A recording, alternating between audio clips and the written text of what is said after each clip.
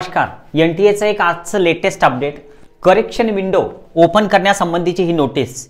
आता जे आपण फॉर्म भरलेले नीटचे 2025चे, तर त्यामध्ये बऱ्याच विद्यार्थ्यांकडून काही चुका झालेल्या आहे। मग या चुकांमध्ये नेमके करेक्शन कोणते होतात तर हे आपल्याला माहिती असणं खूप गरजेचं आहे। आपली जर काही चूक झाली असेल तर ती कशी शोधायची, सकाळीच आपल्या जिजाऊ अकॅडमीला मी एक व्हिडिओ पब्लिश केलेला आहे। जर बघितला नसेल तर नक्की एकदा बघून घ्या की नेमकं काय काय आपल्याला फॉर्म मध्ये बघायचं आहे। आता या नोटीसचा जर का आपण विचार केला तर ही नोटीस आहे 6 मार्च 2025 ची, म्हणजे आजची एक लेटेस्ट अपडेट आहे एनटीएचं। बघा आता यामध्ये काय दिलेलं आहे तर करेक्शन जे आपले माहिती भरलेली आहे आपण फॉर्म मध्ये, तर त्यामध्ये करेक्शन आपल्याला करता येणार आहे। एनटीए ती सुविधा उपलब्ध करून देईल। आता या सुविधेमध्ये आपल्याला नेमकं काय काय कधीपासून करायचं आहे तर हे आपल्याला लक्षात घ्यायचं आहे। बघा जी पण आपली एक्झाम आहे त्यासंबंधी आपण जो फॉर्म भरलेला आहे तर तो 9 मार्च आणि 11 मार्च या दरम्यान आपण एडिट करू शकतो। आता एडिट म्हणजे सगळेच्या सगळे जे माहिती भरलेली आहे तर ती एडिट होईल का हे खूप महत्त्वाचं आहे। कारण एनटीए मध्ये आपण जे डॉक्युमेंट्स अपलोड केलेले आहे, कुठे कोणाची जन्मतारीख चुकलेली असेल, कुठे नावामध्ये स्पेलिंग मिस्टेक असतील, कोणी फक्त नाव टाईप केलं, आडनाव टाईप करायचं राहिलं, बऱ्याचशा गोष्टी आहे की ज्या गोष्टींचं टेन्शन मुलांना आहे, पालकांना आहे। आणि बघा आता जर समजा आपल्याला असं काही करायचं असेल की आपल्याला आपल्या फॉर्म मध्ये बदल करायचा आहे, मग आता हा बदल होऊ शकतो का तर या संबंधीची नोटीस आहे। बघा आता यात आपल्याला दिलेलं आहे की नेमकं आपल्याला काय काय करता येऊ शकतं।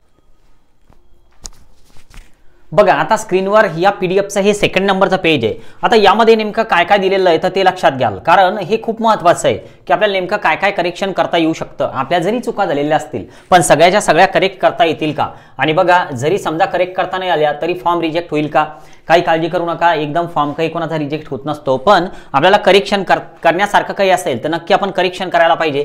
बघा नंबर फर्स्टचं जे सिरियल नंबर आपल्याला दिलेलं दिसतं तर यामध्ये आपल्याला काय दिलेलं आहे, candidate shall be allowed to change any one of the two fields, म्हणजे या दोनपैकी तुम्ही काहीतरी एक चेंज करू शकता।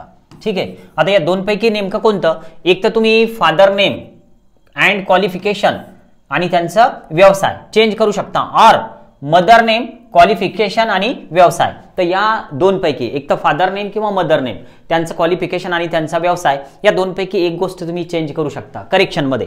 आता यानंतर सिरियल नंबर 2 बघा काय दिलेलं आहे, candidate shall be allowed to change and all the following fields, म्हणजे तुम्ही एक तर चेंज करू शकता, नवीन माहिती सुद्धा भरू शकता आणि सगळीच्या सगळी माहिती तुम्ही भरू शकता। काय काय भरू शकता बघा, नंबर 1 ला काय देण्यात आलेलं आहे, एज्युकेशनल क्वालिफिकेशन डिटेल्स, लाईक आपलं 10वीची माहिती आणि 12वीची माहिती जी आपण भरलेली आहे तर ती सगळीच्या सगळी तुम्ही चेंज करू शकता।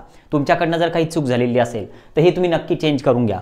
यानंतर जे आपला स्टेट आहे, आजच अकॅडमीला आपल्या ऑफिसला एक कॉल आलेला होता की सर चुकून माझं स्टेटच चेंज झालं, तर ते आता तुम्ही करेक्ट करू शकता। यामध्ये जर तुमचं स्टेट बदललेलं असेल तर हे तुम्ही चेंज करून घ्याल। ओके, आता यानंतर कॅटेगरी, युट्यूबला कमेंट आहेत की सर मी चुकून ईडब्ल्यूएस हे सिलेक्ट केलं, जनरल सिलेक्ट केलं आणि मला ओबीसी टाकायचं होतं, तर तुम्ही आता हे चेंज करून घ्याल। ज्यांनी कमेंट केलेली होती आजच्या सकाळच्या व्हिडिओला तर त्यांनी ते चेंज करून घ्यायचं। आता सब कॅटेगरीमध्ये तुम्ही जर पीडब्ल्यूडी जर केलं असेल तर ते सुद्धा तुम्हाला चेंज करता येऊ शकतं, कारण हे सगळ्याच्या सगळं चेंज करता येईल असं या ठिकाणी आपल्याला दिलेलं दिसतंच। ओके, आता यानंतर बघा काय दिलेलं आहे तर सिग्नेचर सुद्धा बदलू शकता आणि नंबर ऑफ अटेम्प्ट्स की जे तुम्ही टाकलेले होते की कोण 2 टाकले, कोण 3 टाकले, कोण एकही टाकलेला नव्हता, तर ते जर तुम्हाला चेंज करायचे असतील की तुम्ही अगोदर नीट दिलेली होती का, यस नो, तर ते सगळं तुम्ही बदलू शकता।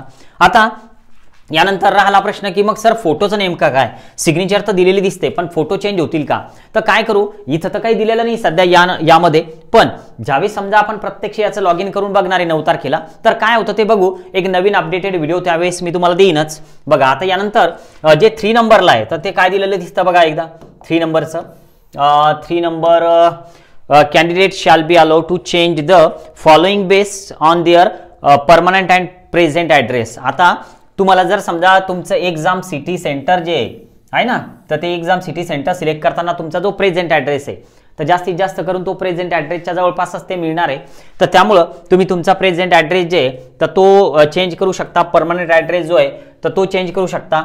आणि आता मीडियम ऑफ एक्झामिनेशन, आता समजा तुम्ही इंग्लिशनं टाईप करताना तुम्ही दुसरंच एखादं मीडियम टाकलं तर ते आता तुम्ही इंग्लिश करून घेऊ शकता। म्हणजे जर समजा तुम्हाला इंग्लिशचाच पेपर पाहिजे, दुसऱ्या लँग्वेजमधला कोणताच नको, तर तुम्ही आता हे चेंज करू शकता। बघा नवीन असाल सबस्क्राईब करायला विसरू नका, अपडेट्स नेहमीच मी देत असतो, 24 तासातील जेवढे पण अपडेट्स येतील तर दररोजचे व्हिडिओ सुरूच आहे। आज आपण थांबूया, बाय।